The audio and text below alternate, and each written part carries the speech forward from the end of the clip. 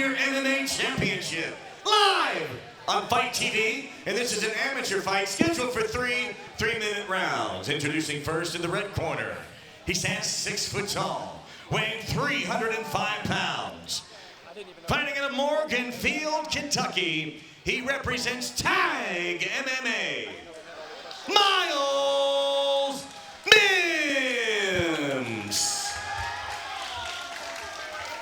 And in the blue corner, he stands 6'1", weighing 240 pounds. Fighting out of Huber Heights, Ohio, he represents Dayton Vision MMA, Tussle the Typhoon Connor Jr.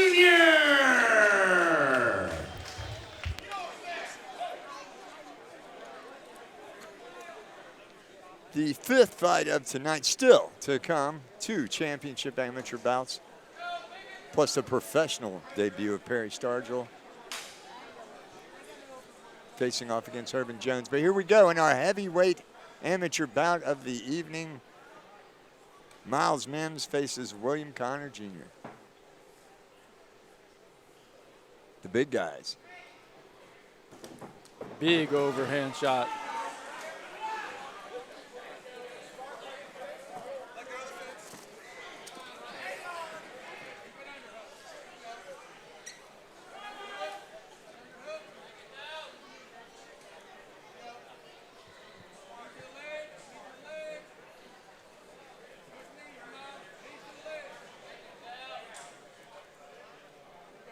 So Connor looks like he's going to keep this overhook here, maybe try to turn Mims here when he finds a little bit of pressure release. Oh, he got the underhook. Ooh. Finishes with a jumping kick.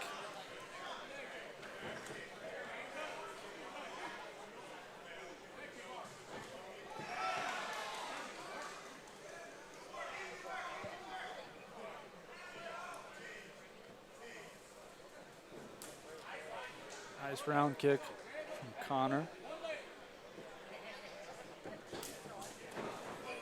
Mims is closing the distance pretty quick when he's coming in with that overhand. It's a big guy coming at you. A lot of weight pressing up against you. Yeah, Connor really needs to do exactly what he's doing, which is to get that underhook and try to keep his keep Mims up away from his legs, because I think he's going to try to pull him off the cage.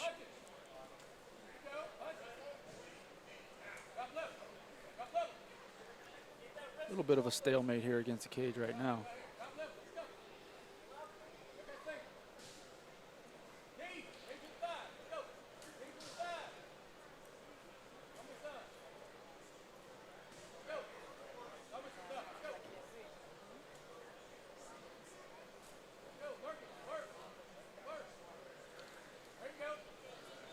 Little knee from Connor, trying to open up the space a little bit there.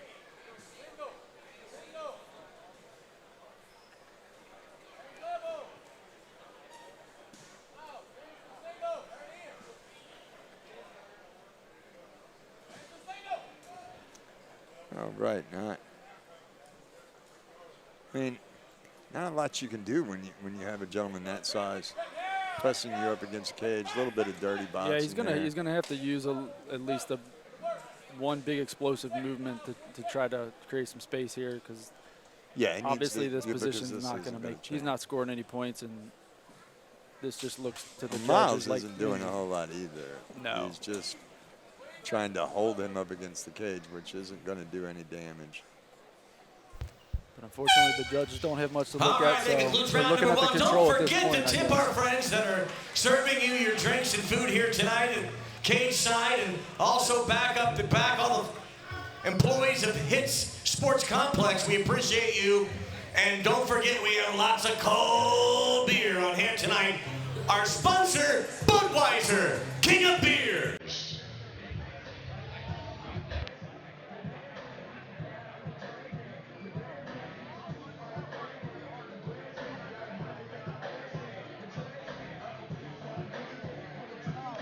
It's been my experience in watching mixed martial arts that usually, you don't see a lot of super heavyweight fights, but when you do, a lot of times those guys tend to, try to be explosive. Try to get the fight over as quick as possible. A lot of guys, they're carrying around that much weight. They don't want to go into deep water, into those later rounds where they might have cardio issues, etc.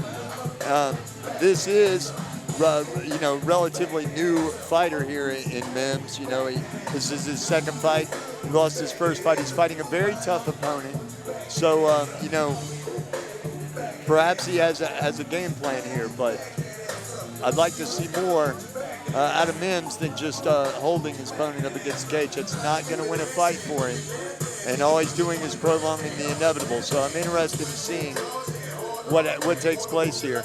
And also, Conor needs to do a better job of getting out of that position, where he doesn't have that big guy. What Conor really needs to do is keep his lateral movement working so that he's not staying still and giving Mims that opportunity to get that little quick burst of energy shooting in on him, even though he's only pressing him and not getting a takedown. Here we go, round number 2.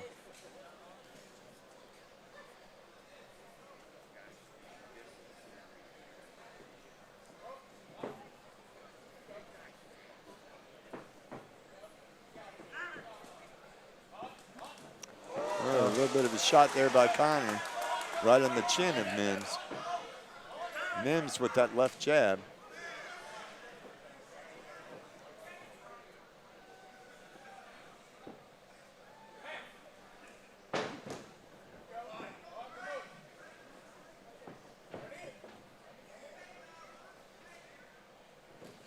He looks like Mims is still just kind of waiting for his opportunity to close the distance.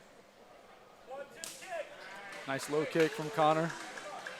And, where Conor needs to keep that distance between him and pick him apart, because it's hard to.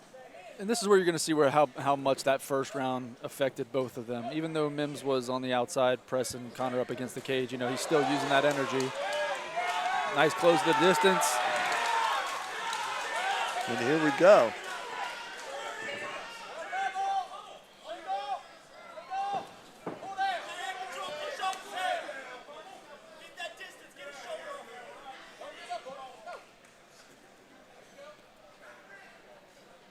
Mims was trying for that takedown, but Conor had some good balance there, was able to stay on his feet.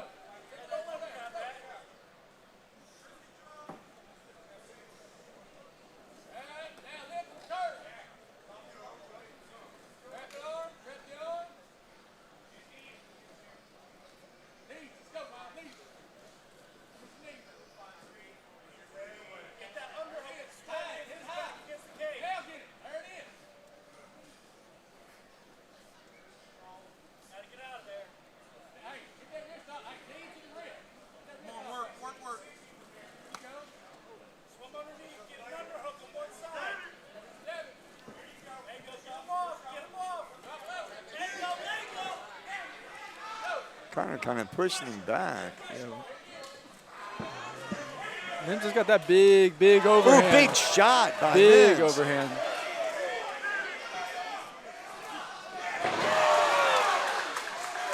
Conor had an amazing low kick right there and actually put Mims off his feet for a moment. He needs to keep that momentum going. Yeah. He felt that leg kick. Mims is not checking at all, so he's definitely going to feel the brunt of those kicks. I would throw another of those leg kicks if I was Conor. Yeah, Conor needs to exploit the fact that he is. Wow, all right. Things getting fired up in round number 2. The heavyweights. Well, if you're going to have a flurry, the last 30 seconds is definitely where you want it to be. And, I got to think when you have that difference in weight and just in general, if you're fighting a guy that size, you kind of got to have to pick them apart, right? Like, rather than hope you get that one big shot. Yep. Or find their weakness and expose it. And I think those leg kicks are a way to go. It seemed to be getting somewhere with those. Well, I think we saw that Mims initially was being a lot more reserved. He kind of exposed his game plan a little bit with a couple of the big overhands, which connected from Conor, but he was smart enough to stay on the outside, change the game plan, and then move to the low kicks and continue on that path, which served him well at the end of that round 2 there. Yeah, but a couple of those big overhands that he threw looked like they had something on them. So if 100%, I'm Connor, yeah, 100%. I don't want to get caught with one of those. Absolutely, and that's why I'm saying he stayed on the outside. Right. Once he felt like Mims is going to be throwing that big overhand because he's got speed and power, which has surprised everybody, I think.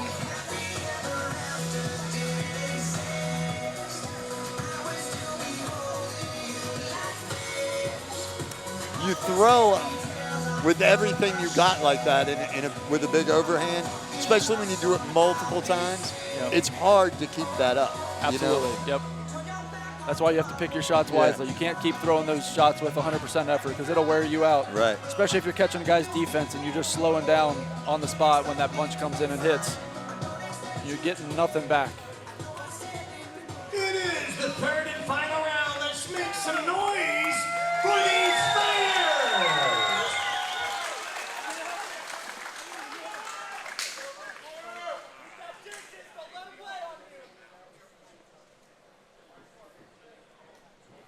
This is going to be interesting to see where we pick up.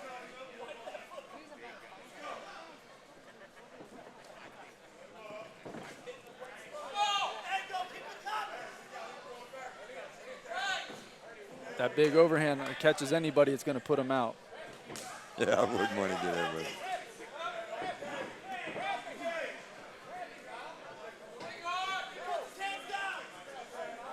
He's keeping Connor very aware of that, too. Yeah. You know, he's trying to not stay still, but Mims has to be aware of those kicks because Connor's doing a good job of switching it up, coming from different places with those kicks. I would like to see him do more with those outside leg kicks.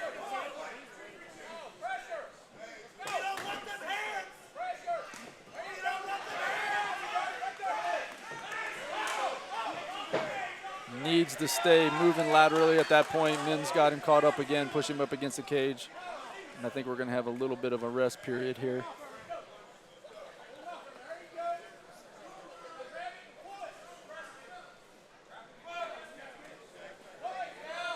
Yeah, I would think that a guy like Mims, the way this fight goes, perhaps thinks it's anybody's fight as far as the judges' scorecards go. Right. You know, he could very well think if he can just control Connor for the remainder of this minute and 20 seconds of this fight, that he could walk away with a decision win. Connor is the one here that needs to find a way to get out of this and end this fight in impressive fashion. Yeah, this control here against the cage is, I would say, not going to be something that's going to win him this fight, but he looks pretty tired right now, so he's probably doing whatever he can to just kind of wait it out a little bit. Whether he knows he's going to win or lose, he's I agree 100%, but you never know what the judges are thinking or what the fighters are thinking when they're in there. Correct.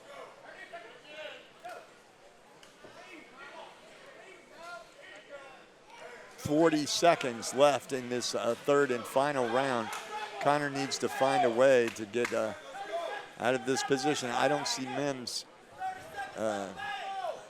creating any distance between the two of them. No, I don't think he's going to relinquish this position at all. It's going to be all up to Connor.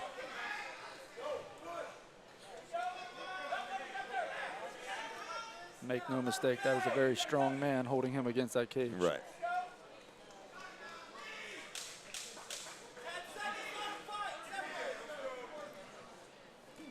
Couple thigh punches there to finish it off.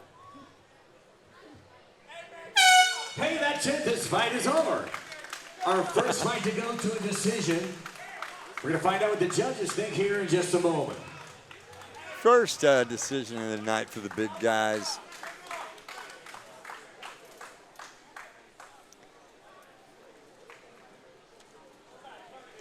As the judges rendered their decision, we got a few minutes here. I want to remind you guys, be sure to check out Premier MMA Championship's Facebook page for an upcoming announcement about our first kickboxing event inside the cage. The event will be taking place this summer, something the owner and CEO, Billy Donovan's been working on for a while. Nate, give me your thoughts on kickboxing in the cage. Well, I'm super excited that we're going to have some kickboxing close to home. The ring in which it takes place, I don't care. We have kickboxing. I agree. We've done many fights where, you know, we've done kickboxing in the cage, in the ring. It definitely has a different dynamic. You have to cut off the angles a little bit differently because you don't have the direct corners like you do in a ring. But at the same time, in the grand scheme, we got kickboxing locally, yeah, so I'm happy about it. Very exciting. And you guys are going to be able to check that out on Fight TV if you're not in the greater Cincinnati area. If you are, make sure that you check out Premier MMA Championship on Facebook for ticket information. Follow them on Instagram as well. And after the show tonight, be sure to check out CincyFights.com for a recap of tonight's action, including the CincyFights.com fight of the night. Let's take it in the cage with Rick Thomas with the judge's decision. Here's the decision. All three judges score the bout 29-28. For the winner of this bout, from the blue corner, tussle, the Typhoon Connor Jr.